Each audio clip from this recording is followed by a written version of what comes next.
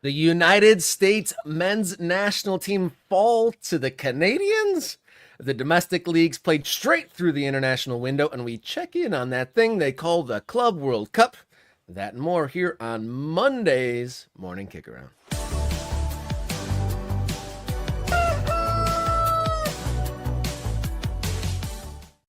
Hello. Double Peckham. Double Peckham. David Peckham with the brace saying, good morning. This is Morning Kick-Around. You've made it to the show. My name's Robert. He's Jason. This is the show where we talk about the world's favorite game from the world's favorite country. How you doing, Jason? We've been crowed in there by David Peckham. Double time. You feeling good? Good. That's probably not the word. It's Monday. We are reeling from what happened in the third place game last night with the U.S. men's national team, which we're definitely going to dive into. I'm trying to look on the bright side, Robert. I'm trying to be positive today. So let's work on that. Let's try. Yeah, when I think of Jason Davis, I always think of half glass full. And then, the day after a men's national team loss, I can only imagine there's going to be rainbows and fairy dust on the program today. But before we get into our headlines, our hot topic, and our big question for the day today, have you subscribed yet? Be the next to subscribe. We've crashed through the 1,600 subscriber mark. I think, 5K is the next the benchmark to work towards. So if you haven't done so, hit the subscribe button and then tell your friends and family to do so next. Morning Kick-Around on youtube.com. Follow along on social media, Kick-Around on X, Instagram, and Blue Sky platforms. Write us an email, morningkickaround@gmail.com. And have you seen the new bonus episode? If you want to see the new bonus episode, head over to coffee.com/morningkickaround, where you can dig into Jason and I's attempt at making a Ringer 11 for the U.S. Open Cup a la Des Moines Menace. So if you haven't gone over there, you can donate some funds, small or large, ko-fi.com/morningkickaround. Let me just jump in here since we are an interactive show. The whole point of this thing happening live every Monday, Wednesday, Friday is that people can comment, can give us their thoughts, can be involved. And I want to shout out Graham here. Jason is saying something with that Chicago Fire shirt. Oh, am I? Could I be saying? I mean, I made a choice this morning. I put on my. I talk about this sometimes. I don't love collars. I'm not a big collar guy on a shirt, but this I have in my collection, and maybe there's a reference there. The Chicago Fire won this weekend. Now they don't wear this badge anymore. This is an old school badge, but they won this weekend. Maybe it's just about the fact that they won a game, Robert. Maybe that's all I'm saying, Graham. Maybe that's all I'm saying. Before we get going here in the chat, Matt Capella coming in with the local heat, giving us some praise. Good work. But did you know you'd have the most hated Flint City Bucks fan watching your show? I didn't, but bring it on this summer. This is so Michigan. This is so inside Michigan. I know nobody else understands what's happening right now. What do you guys? Summer soccer ball is getting heated up. The schedule is out. Oakland County FC. My squad. Got a little bit of friction with the Flint City Bucks, and it looks like Matt is crossing streams, and he's willing to watch a OCFC related project here. So thanks for doing so, Matt. But shall we get into the action of the day? Let's get on with our long balls here for Monday on Morning Kick-Around.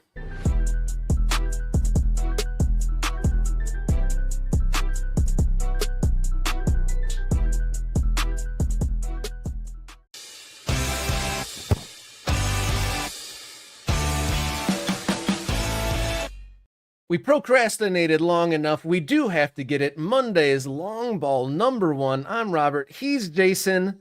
The United States men's national team finished fourth in the 2025 edition of the Nations League. They fell 1-0 to Panama last Thursday, and then on Sunday night in the third place game, fell 2-1 to the neighbors to the north. We are going to talk about the fallout and what happened off the field later on in the show, but sticking to the game itself, another game in SoFi Stadium looked a lot like Thursday's game. I don't know. Game in review there, Jason, after the 2-1 loss to Canada.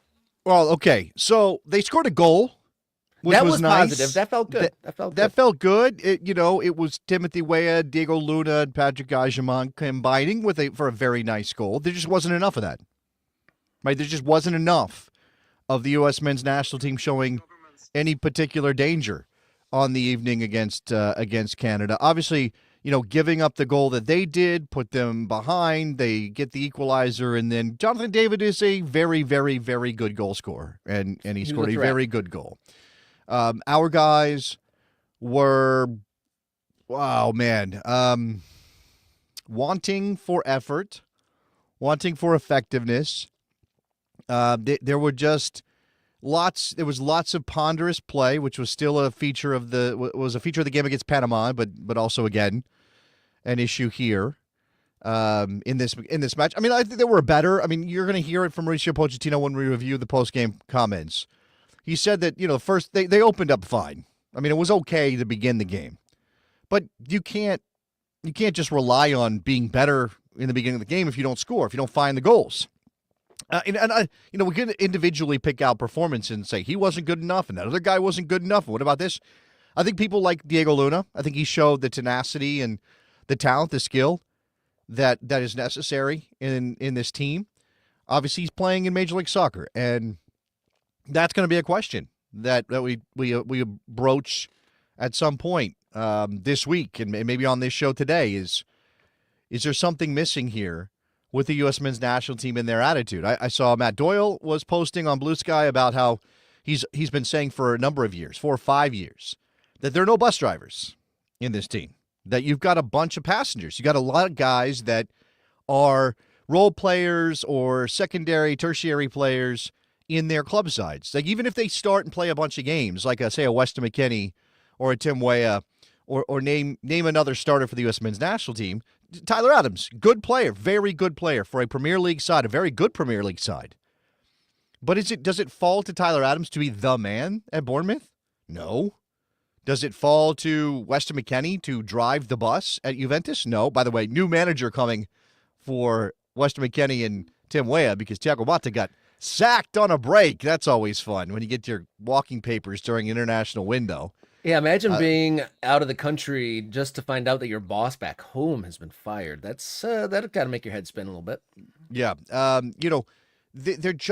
are no, and I don't know if I'm still processing this theory. The theory that there just aren't enough guys who hold the responsibility of making their team successful at the club level, being the person that everybody looks to. Right, you can go back a couple generations, and you've got a Clint Dempsey or a Landon Donovan or a Michael Bradley. Like the leadership, sort of, at least for a Bradley, certainly for a Dempsey by example. Landon Donovan always brought it for the national team, and when he was at the Galaxy, even when Beckham showed up, even when Robbie Keane showed up, Landon Donovan was still the guy everybody looked to make things happen. That just doesn't exist in this team. Now the other theory kind of is parallel to that, and it involves something to prove. That when you've got a bunch of players that are attached to big clubs in Europe, and I think I put this on my Blue Sky. You can follow me at Davis JSN on Blue Sky if you want to see incredible insight like what I put up early this morning. Because I was watching the discussion happen, and this is what I said. Seems like we can have a bunch of Americans under contract at big, famous European clubs, or we can have a never say die national team, but we can't have both. So, mutually exclusive? They seem to be, at least in this timeline for us. And my tag here was a joke about how nobody told us this when we were very excited to see 12-year-olds showing up at La Masia in Barcelona, right? When Ben Lederman was everybody's favorite American soccer player. You know where he plays now? I think he plays in Poland. Nothing against Ben Lederman, but he obviously didn't become a world beater coming out of La Masia. So, again, is this a fundamental problem for this country that maybe doesn't apply to a lot of serious other football-playing nations? Because, and I think I said this last week, Rob, after the loss to Panama, the pressure here is so different. I mean, I could say there is no pressure. I think that's not exactly right. But the pressure is different than, say, it would be in a Spain, and Italy, a France, a Germany, a Brazil, and Argentina. Think about how important it is that those national teams win games. And if they don't, it doesn't matter what you do at the club level. It doesn't matter where you play your club football. Get your ass out of the national team, right? Managers get fired from national team programs for losing 2 or 3 games in countries where every one of their players is playing for a Champions League level club, right? So in this country, that doesn't happen. And yeah, while you and I are upset and certain elements of the American soccer fan base are angry today, and I'm seeing noted content creators whining on their channels about how they don't, why do I have to watch Marlon Fossey in Belgium to be informed when they play like this? Brother, you chose this place, okay? You put yourself here. But while we're angry and while we're upset and while there might be a couple of YouTube channels that get some fire going, are these guys going to hear about it otherwise? Right? Are the major sports voices of America talking about this loss today, Robert? Are they? No, the March Madness is definitely taking over that conversation. But even without the the largest basketball tournament of the calendar year being on the same weekend as this, I still don't think it might make the not top 10 of Sports Center or a small segment. There are only 2 ways for the U.S. men's national team. It's a little different for the women, but I don't think the women even get that much attention outside of World Cups and Olympics. There are 2 ways for the U.S. men's national team to get attention from mainstream sports media in America. Do something amazing or beat a big country like one of the top European powers or Brazil or Argentina, or fail spectacularly. And if it's the first one, it's like, yeah, look at us, we're making progress, go USA. If it's the second one, it's like, haha, get Taylor Twellman in here. We don't need to even bother about, look at this. Leave this to the Europeans and the South Americans because we stink at it. And that's okay because we've got March Madness right now and baseball season just started. And did you know that the NFL is going through its pre-draft period? Like we have so many other things that we focus on as sports people in America that this is not going to make news. And if it does, it's going to just be like, oh, whatever, who cares? It's soccer. You're not wrong. You're not wrong. It's hard to push back on that too much. We're going to talk more about like the fallout and the post game of this at the top of the hour. But we're going to pick it apart. We're going to pick apart what Pulisic said, and we're going to pick apart what Mauricio Pochettino said in the post game. But it is notable that United States men's national team is next scheduled for play on June 7th in international friendly as they take on Turkey, and then a few days later take on Switzerland. So we will see how that all plays out and what happens between now and June. Long ball number 2 here on Monday, March 24th, the Club World Cup. Next big thing coming to the shores of American soccer. There's been a couple recent updates. There's some prize money news. A club has been kicked out, and there are some concerns about ticket prices. Which one of those updates do you want to percolate on first there, Mr. Davis? Okay, so let's get the administrative business out of the way first. And this is dumb, okay? If it's FIFA, it's probably dumb. This is dumb. Club Leon has been kicked out of the Club World Cup because they're owned by the same team, the same people that own Pachuca. And multi-club ownership is a no-no by FIFA's rules. Now, why did it take this long for them to figure this out? How many months away from this thing are we? Like 2.5 months away from this stupid thing kicking off? And here we are like, oh no, Club Leon can't play. Apparently there was some sort of appeal, but I do think that I think it's called Grupo Pachuca. I think it's called Grupo Pachuca was trying to figure out some way that they can manipulate this. Sort of like how Manchester City was like, well, we don't actually control what's happening over there at those other clubs that are under our umbrella. Right? We're investors, but we don't actually make decisions about personnel or anything, right? And they had to prove that. And I think that was the case with when Leipzig and Salzburg were both in the Champions League, things like that. That was UEFA, but obviously FIFA here is the one in charge, and they're saying the same thing. And I guess Grupo Pachuca did not do enough to allay fears that they were controlled by the same people. By the way, Club Leon is where James Rodriguez is playing. Is he still there? I actually can't keep track of James Rodriguez these days. He's definitely gotten into the journeyman stage, if he wasn't already. Let me look him Have up. have ball will play for money, I guess. I mean, not that's a bad place to play soccer. I'm just saying. Alajuelense was at the front of this, trying to force FIFA's hand, so they went to the Court of Arbitration for Sport, and that always gets real boring, and we're not going to dive into that. The other thing that you mentioned is, well, there are a couple things. The problem of selling this tournament, slow ticket sales, concerns over burnout, FIFA struggling to get attention with this. Johnny Infantino is popping up in the Oval Office of all places recently with the Club World Cup trophy, which again looks like something that the Avengers need to get their hands on to save the universe from being extinguished from existence or something. You know, That will unlock a portal if because it's the obelisk thing. Yeah. A portal will open up at the. It's a spinning thing with orbits and all kinds of stuff. If you haven't seen, we did a brief video on the Club World Cup trophy when they announced it. I think Johnny Infantino's name is engraved somewhere on it, which is just the worst, the absolute worst. Okay, again, 100 days to go. Tickets still available for every match. Fixtures showing large areas of seating unsold. Groundbreaking global broadcast deal between FIFA and DAZN has yet to translate into sub-licensing arrangements with national broadcasters. So DAZN has the master rights deal. And by the way, DAZN just got a lot of money from the PIF of Saudi Arabia. So you can see, you scratch my back, I scratch yours stuff is happening right now. Again, I'm in the country where this is happening, and I cannot find it in myself to be excited for this thing. And maybe it will suddenly explode in terms of interest. Maybe there will be some late wave of excitement around it, and this thing becomes interesting. They tried to make some news with the prize money. What's the prize money situation, Rob?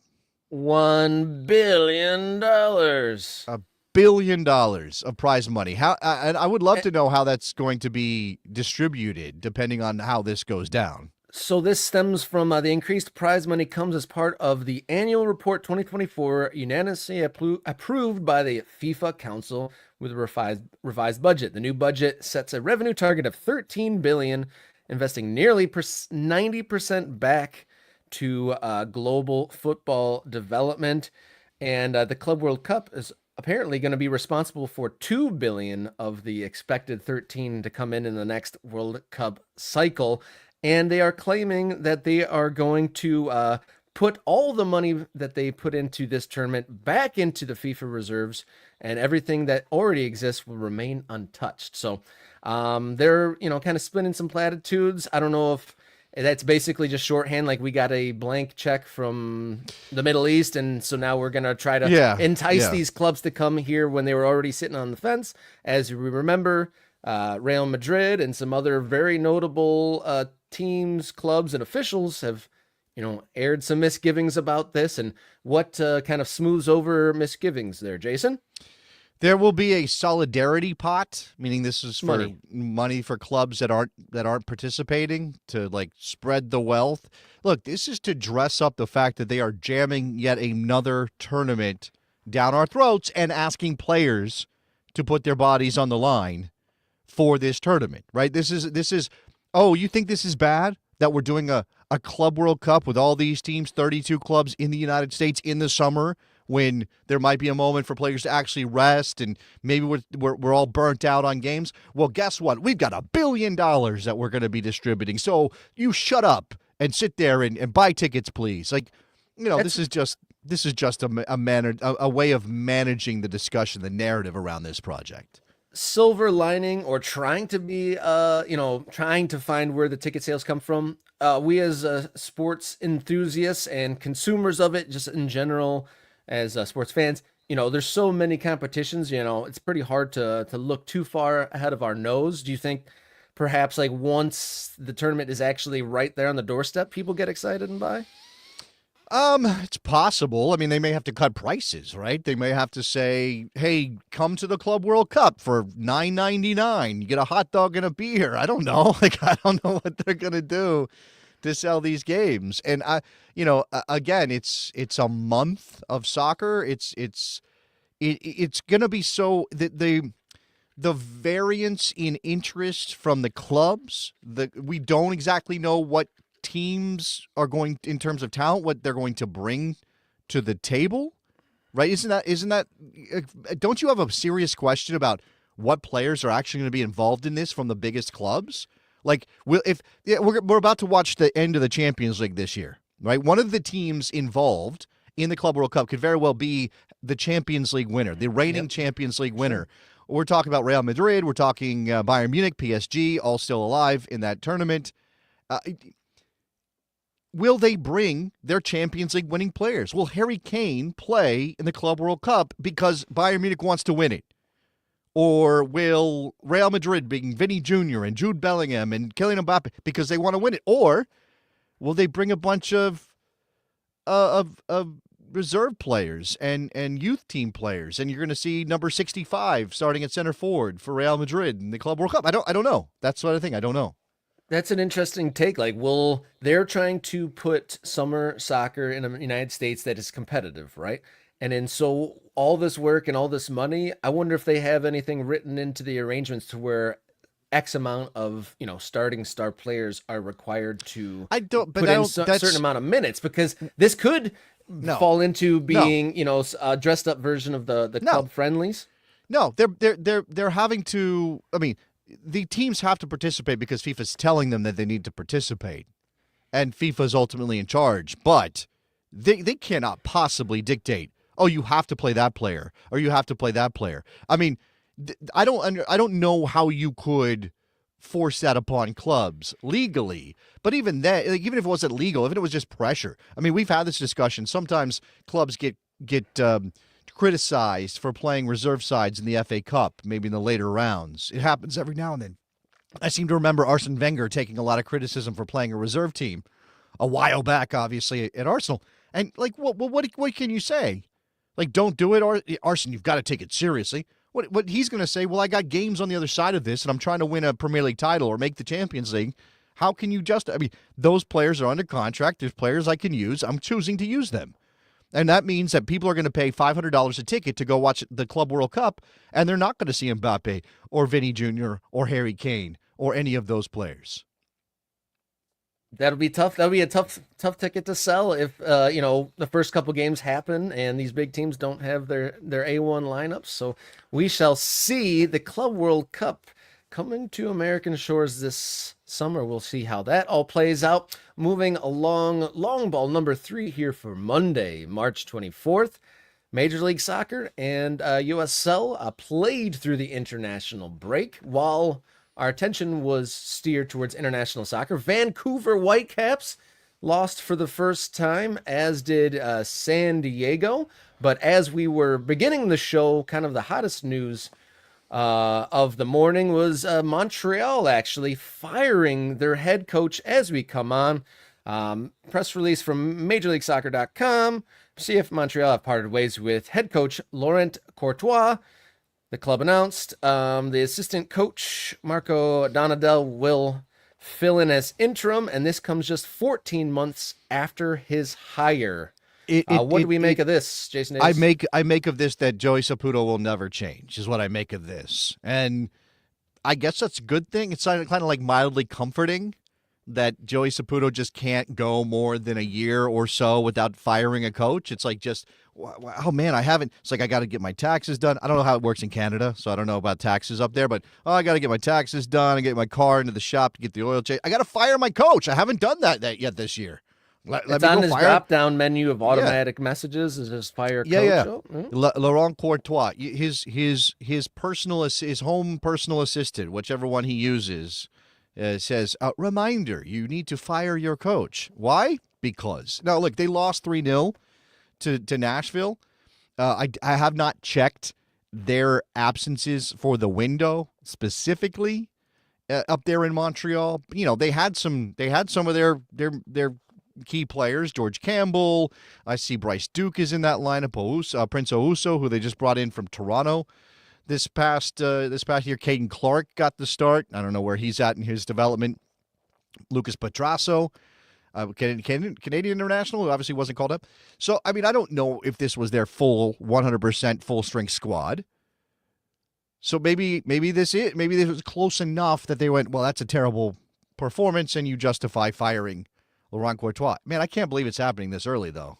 For context, Montreal has played 5 games, earning just 1 point, 1 draw, and 4 losses, equaling Toronto's record. But they haven't spent any money. They didn't give Laurent Courtois weapons. He picked up the pieces after Wilfred Nancy left, and managed to keep them mildly competitive last year. I mean, again, they made the playoffs and lost to Atlanta in that knockout game up there in Montreal.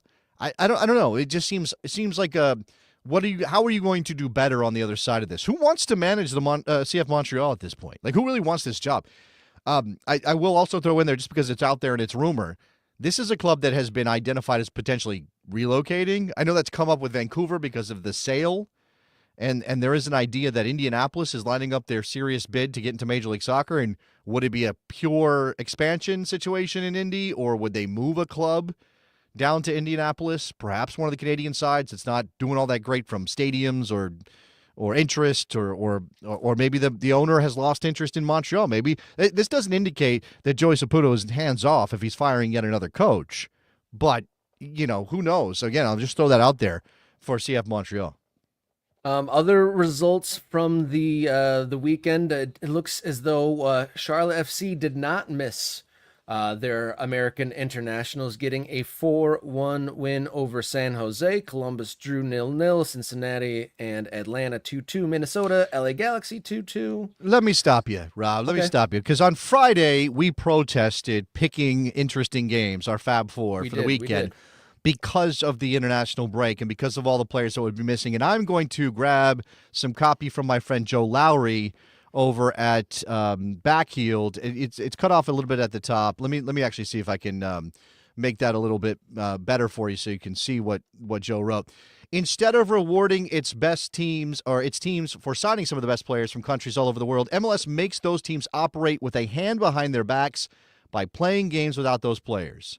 And then again, he mentioned the Vancouver Whitecaps. Thrilled to see their historic perfect start to 2025 end, because they were missing Andres Cubas, Pedro Vite, Ali Ahmed, who was good against the United States, Brian White. If allowing 60% of your league to make the playoffs wasn't enough as a sign that you don't care about the regular season, penalizing teams for having good players sure is one. Go read backheeled.com.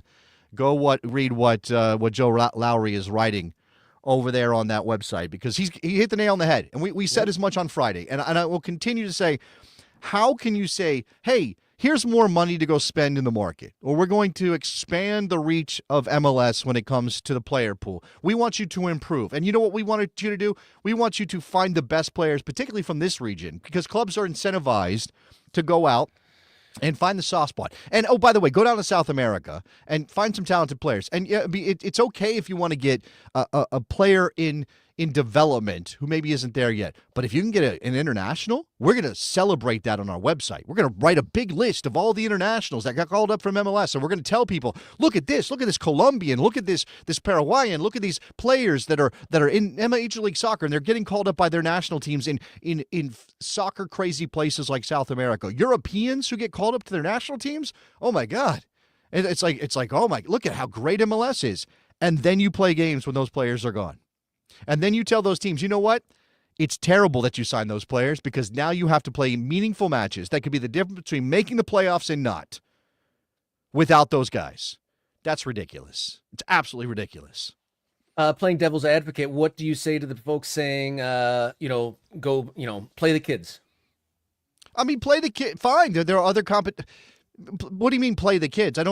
This is not the Club World Cup if Real Madrid comes here and Mbappe and Vinny Jr. and Bellingham and everybody's available and they choose not to play them. Those players are literally not available because they have to go to their national teams, because that's the way the rules are written. Major League Soccer creates this problem by choosing to play through the breaks.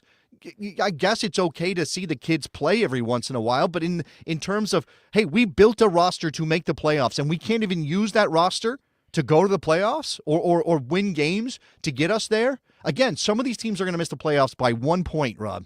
By 1 point. And it could be this weekend that proves to be the difference between going to the postseason, playing for an MLS Cup title, and not. And it could mean someone's job. Did they make the playoffs or not? You're a coach. You didn't make it. Absolutely. There you go. Laurent And Courtois got fired. Laurent Courtois got fired on an international. Now, maybe he had enough of his players that they justify the firing as you had a full strength squad. But still, this is the kind of thing that doesn't make Major League Soccer look good. Now, my scale still leans to I like MLS and it's still valuable to me. But let's just say from Jack's film room, stuff like that is why I can't take MLS serious as a league. And I what am I supposed to say? You're wrong, Jack? No, I can't say that. my mind kind of drifts a little bit. Imagine those fans that went to their game for the first time, went to an Atlanta game for the very first time, and they saw the team as it was there. Maybe they were not as impressed as they could have been, given a full strength lineup. Some perspectives to keep in mind when doing this sort of thing to your calendar. We move along though. For those who haven't hit subscribe yet, do so. Morning Kickaround on YouTube.com. You can follow along on social media and follow there at mkickaround on all the social media platforms, including X, Instagram, Blue Sky. Send us a note or anything else to morningkickaround@gmail.com. And if you got some loose change, ko-fi.com/morningkickaround. Thank you to all who have donated, and thanks to those who will do so moving forward. We're going to take a break and come right back, and we're going to dip into today's hot topic here on Morning Kickaround.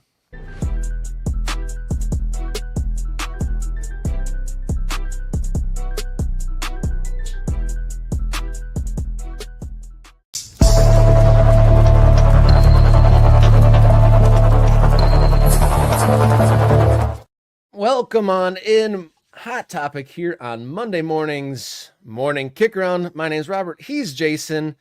Sadly, the hot topic is the fallout from the United States men's national team falling in the third place game to Canada after back-to-back defeats, finishing in fourth in a four-team window.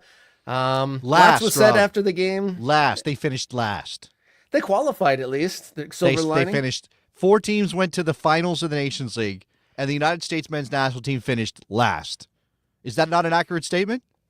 No, you're completely accurate. They finished 4-4 on the weekend of the Nations League finals. We're going to get into some of the post-game comments from players and coaches. I guess I just want to enter into this conversation with kind of in my mind, is this because it's such small, paper-thin margins of error. If a goal goes in this way or that way, is it just, there's room for improvement, or are we truly in a moment of doom?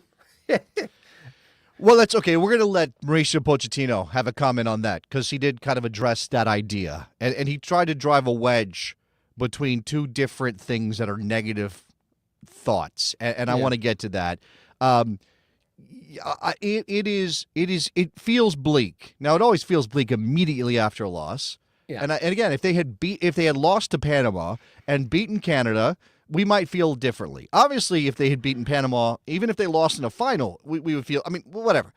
This is the worst case scenario. Now, you weren't, I guess they could have lost by 5 goals or something and it'd be really, really bad.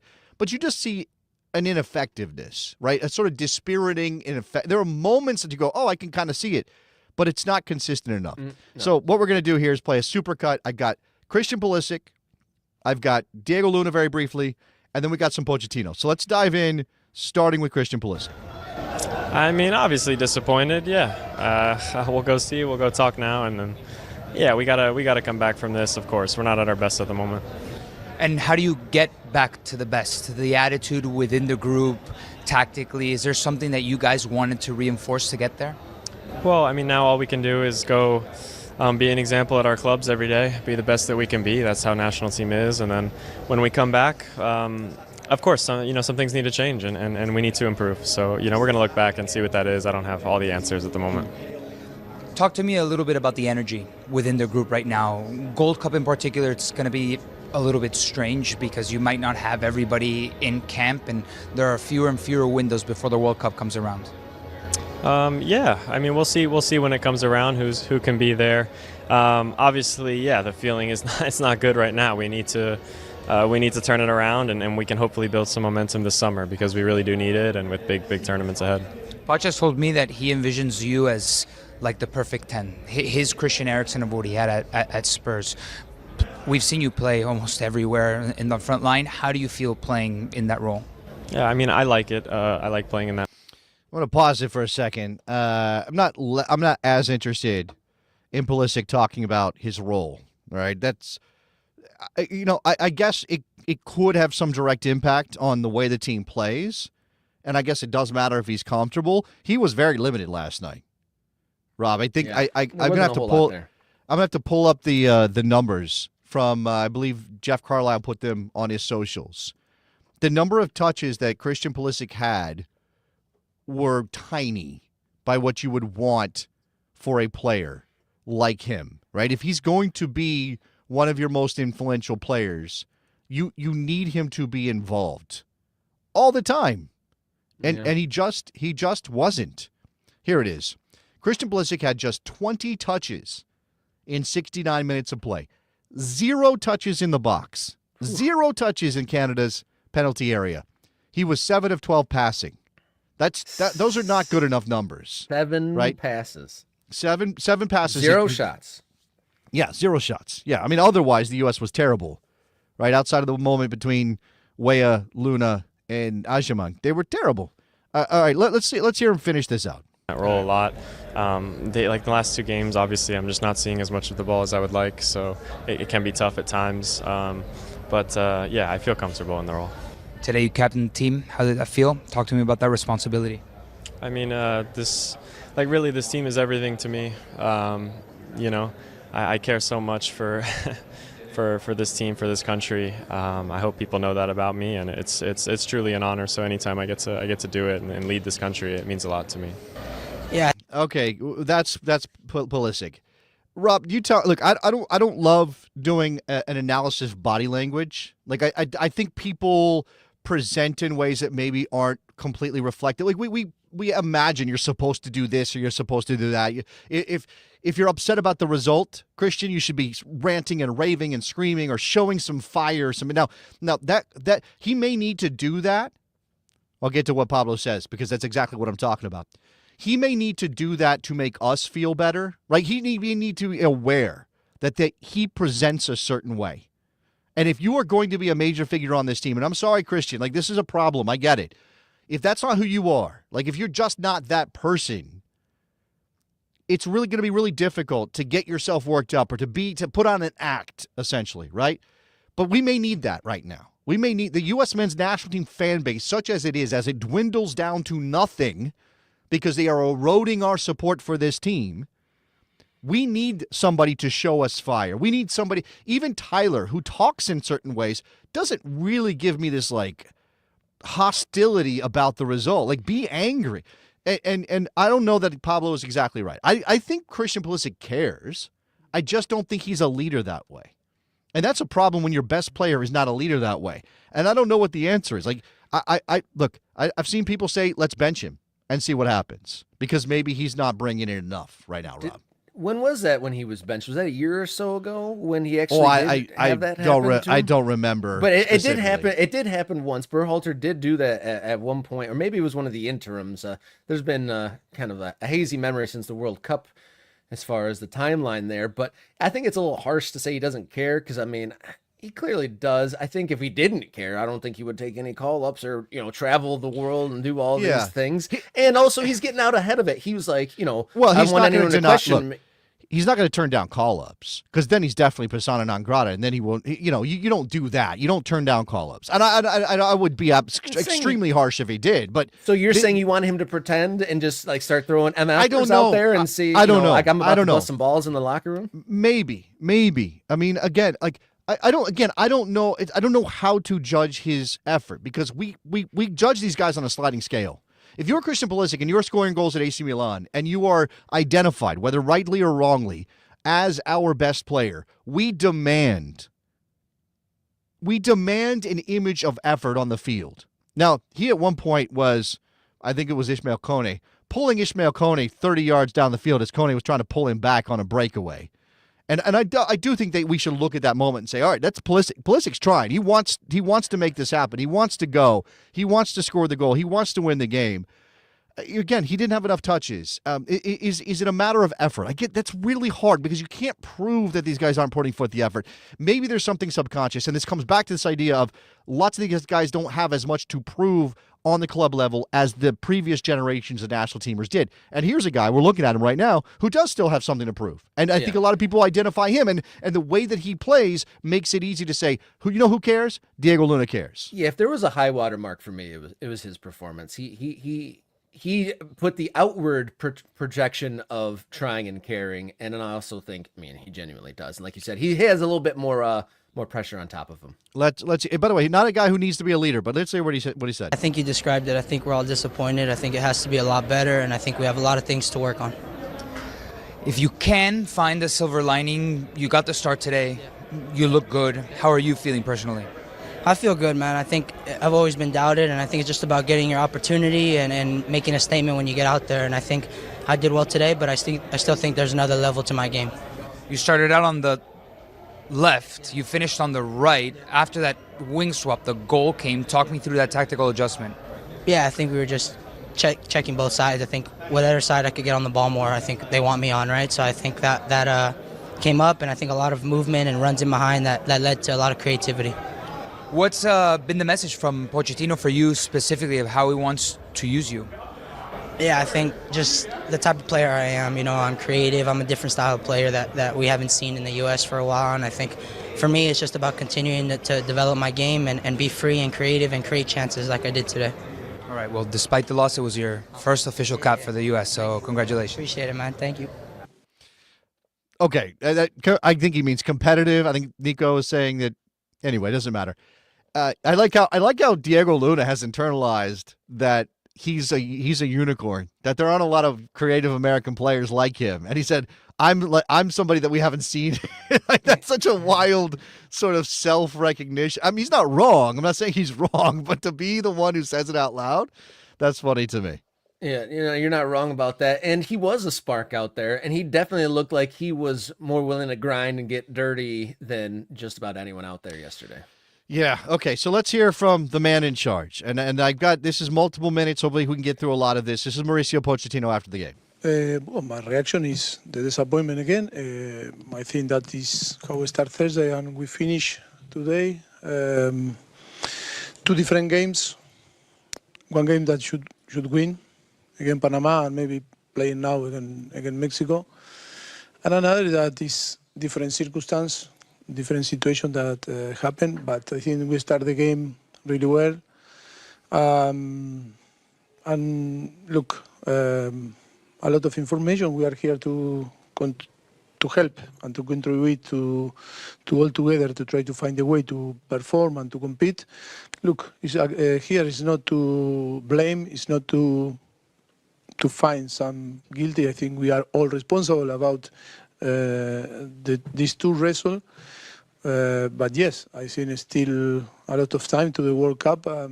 We have in June the possibility to play two friendly games and then the World Cup. And I think there is the moment to be sure that we would need to face, the competition in a different way.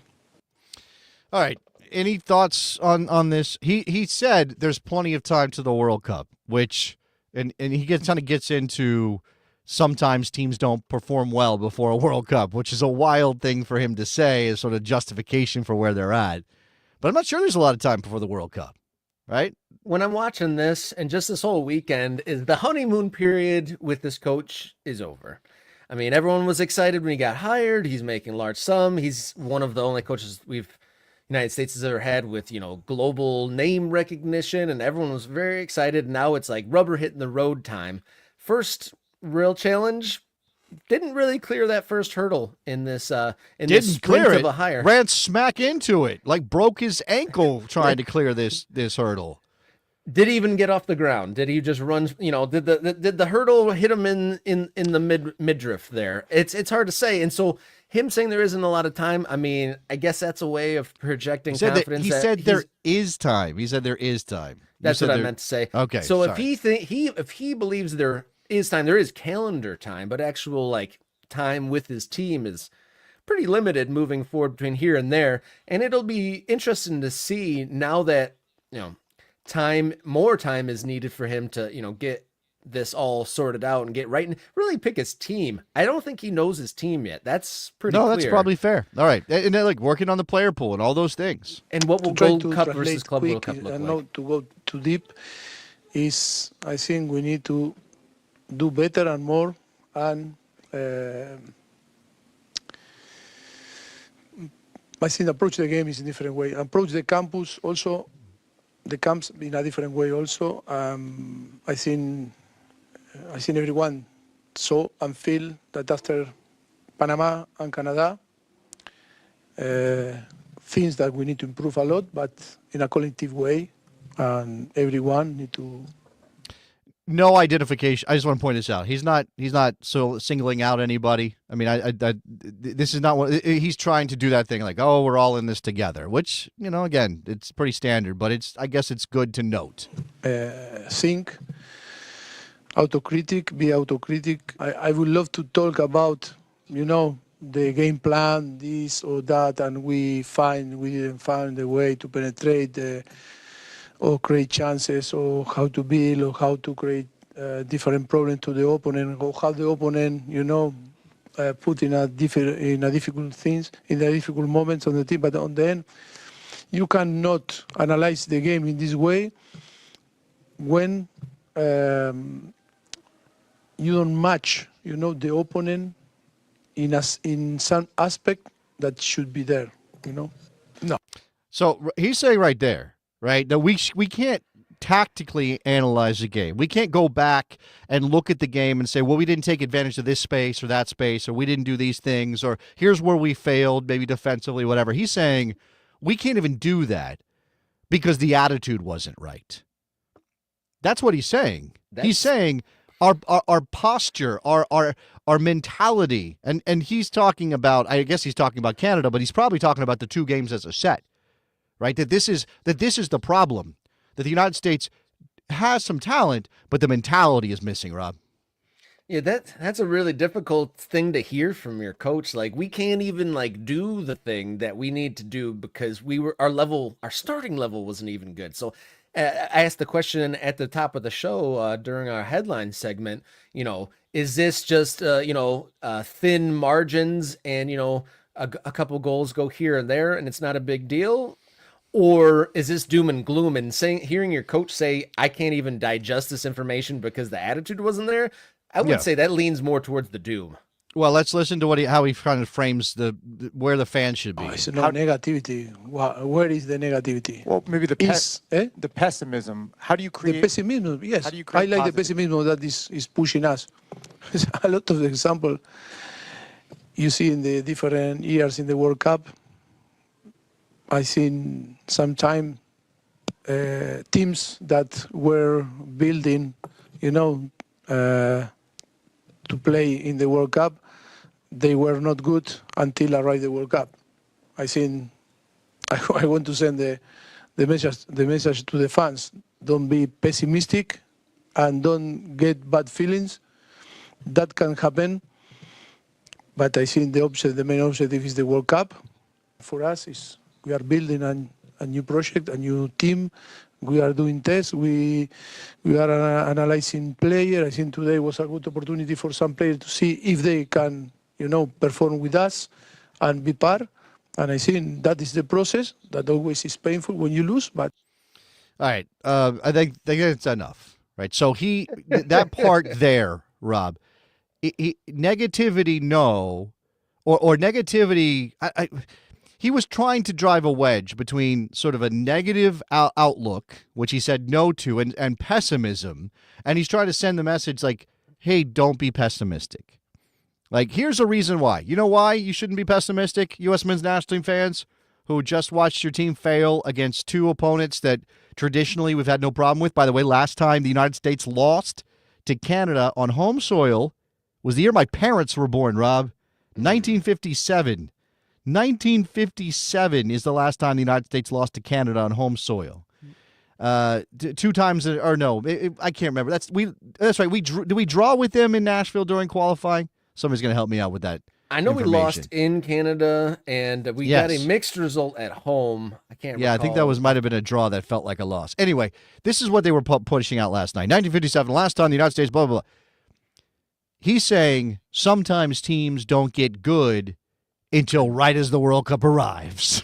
Like, I mean, that gives wave you a magic some, wand. that gives you some runway there, Mr. Pochettino. That, like, I could, this could look terrible until the actual day of what I've been hired to do is like, and maybe I polish my shoes extra good that day and it all works out.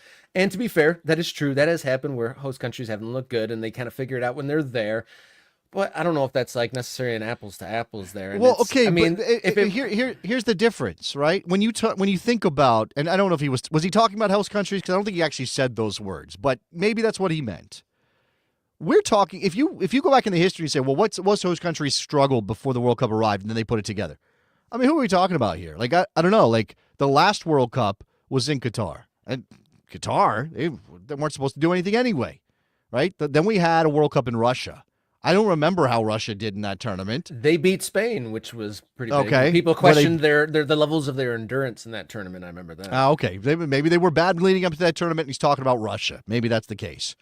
Brazil got destroyed in that tournament at home against Germany, but up to that point, I mean, they were still Brazil, and then you've got the World Cup in South Africa. South Africa's, will they be the first not to get out of the group stage and all those? Like, I just don't know that this is what you can hang your hat on if you're Mauricio Pochettino. I know he's trying to be positive, but come on. We shall see. We shall see. We shall see. Plenty more of conversation on the United States men's national team to come. We're going to move right along. If you have not subscribed already, thank you to those who have, but head over to Morning Kickaround, youtube.com. Follow along on social media at Kickaround on X, Instagram, Blue Sky. Write us a note at morningkickaround@gmail.com. Or if you'd like to support the show financially, hit us up, ko-fi.com/morningkickaround. We're going to catch our breath and come right back with today's big question here on Morning Kickaround.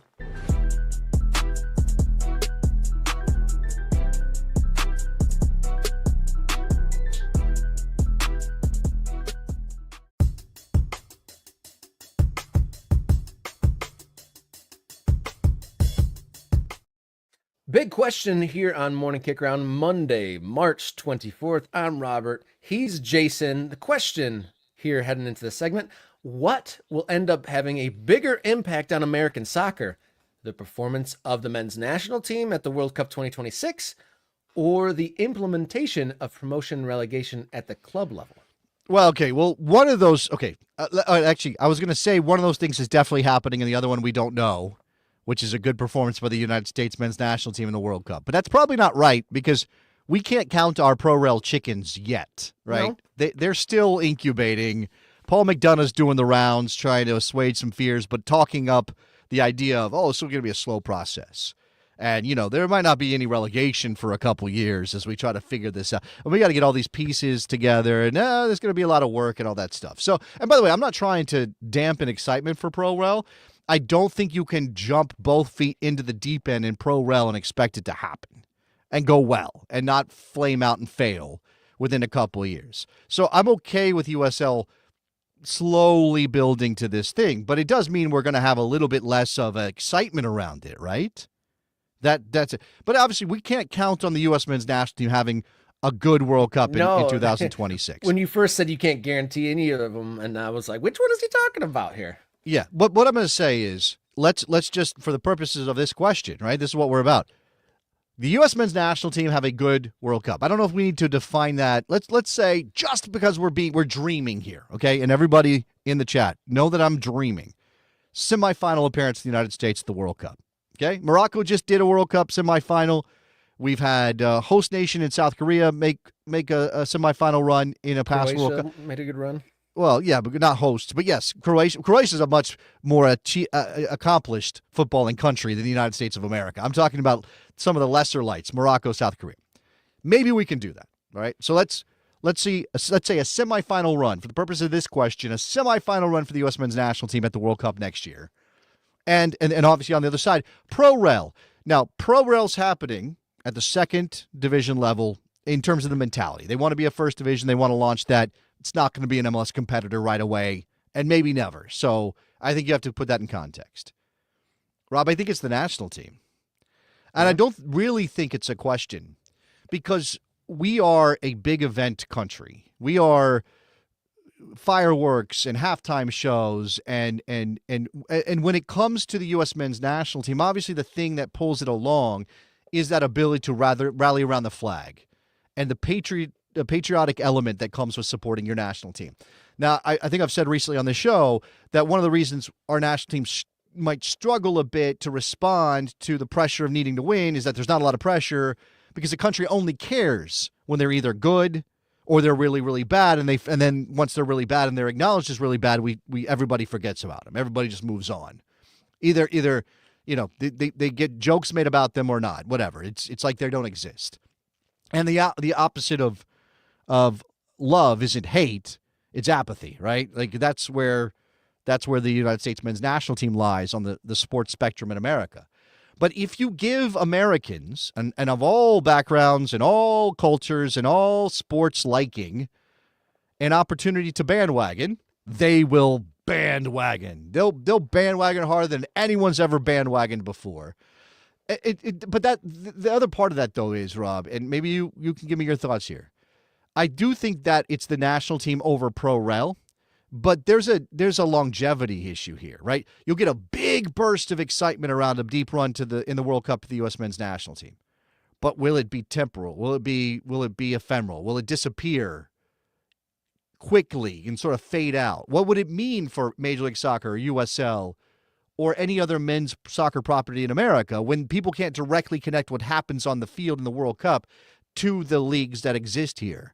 Maybe it means more eyeballs on Pulisic in Italy or whatever. That could be a thing, but it's not quite as effective or quite as important to American soccer as would be a big boost for MLS. But Pro-Rel could be a much longer burn in terms of excitement. I just don't think it's as big of a burst. It's an interesting question to think about. It might be a both in conjunction. It just speaks to the exciting time that we are in right now. Like, there is a World Cup on our shores, in just over a year. And there is, the most solid plan to actually implement Pro-Rel. And we're at roughly the same sort of timeline. Pro-Rel, teased for 27-28 implementation, obviously World Cup in 2026. And it's probably both in conjunction. The World Cup would kind of like be a chance to inspire and like kind of create heroes and little kids. How many players now have referenced like seeing Clint Dempsey in 2014, kind of inspired them to, become a pro. But also at the same time, promotion relegation could kind of raise the floor so that there's more, small town people that are connected to it. More people are fans. People are a little bit more aware of kind of the whole landscape. And so I think both are good short-term World Cup as we go over time. And if the implementation works out right, there'll be more people, at least at a general conscious level of the game. And pro soccer will be more real to more people here. I think here's a way to think about the impact, right? If you have a massive burst of excitement around the U.S. men's national team, right? And suddenly the national team is front page news in the sports world, and people are enthusiastic about the future of American soccer. You can imagine, I'm connecting some dots here and jumping ahead, but you could imagine that would mean money, right? That would mean people going out to games and paying to see games, of course, but also maybe investment, corporate dollars. I mean, this is all kind of feels icky to get into, but this is the way the world works now, right? So if that happens, then you hope what happens is that money trickles down. And maybe that investment isn't just on Major League Soccer or some of the bigger properties. Maybe it is on the lower divisions, right? Or maybe it is on building soccer development centers or whatever it might be, and investing in coaching education. Those things are a more sort of lower profile, but very important. You can imagine that would happen off a big burst. It's like the success of the '94 World Cup in terms of the attention it earned drove forward. Obviously, Major League Soccer was required by FIFA, but it drove forward interest in soccer that we hadn't seen before and got us to this moment. So you can certainly imagine that. Whereas promotion and relegation in USL, again, is going to happen maybe a little bit more below the surface or a little bit farther down. It doesn't mean there won't be investment or excitement, but it'll be of a different kind, right? And again, as you said, if we get a bunch of teams that pop up because suddenly now they can enter the pyramid, such as it is in USL, at the lowest professional level and maybe win their way to the top division, maybe that does mean lots more people have games to go out and see. And I'm thinking generations here, Rob, like 20, 30, 40 years, that will be more important and more substantive for American soccer than, again, this sort of big burst of excitement and maybe some investment. But I don't know. I think it's a reasonable question to say investment now at a big level after a World Cup in 2026 could have that same sort of impact over the long term. It just might be harder to track because you won't be able to point to teams on a map and say that team is because of the World Cup or that team is because of the World Cup. Well, we shall see short term in the World Cup and possibly, a generational moment to come if Pro Rel does, get off the ground as the plans are leading us to believe. Thank you, everyone, for tuning in today. Thank you for the comments, some good ones in the chat here today. Head up the Morning Kick Around YouTube. If you haven't subscribed already, please do so. We've done some really good numbers, and let's continue working our way towards 5,000. And as those numbers increase, the show is getting more fun. The conversation is becoming more dense and thorough, and more opinions being thrown out there. So thank you for that. Head us up on social media at MKickaround on X, Instagram, and Blue Sky. And then write us an email, morningkickaround@gmail.com. And if you'd like to support us with a little bit of cash, ko-fi.com/morningkickaround. You can do small, big, regular, occurring, one-off. It's really flexible there. And then if you go there and donate a little bit, there is a bonus segment waiting for you over there at Ko-fi. Yep. Yeah, and we're going to work on some extra bonus content down the road. I think we've got a lot of things percolating here at Morning Kick Around. We are also trying to figure out the whole podcast situation. Mm-hmm. That should be available in your feeds momentarily. Still working on that. So once we get some boxes checked or whatever, settings figured out, we'll let you know.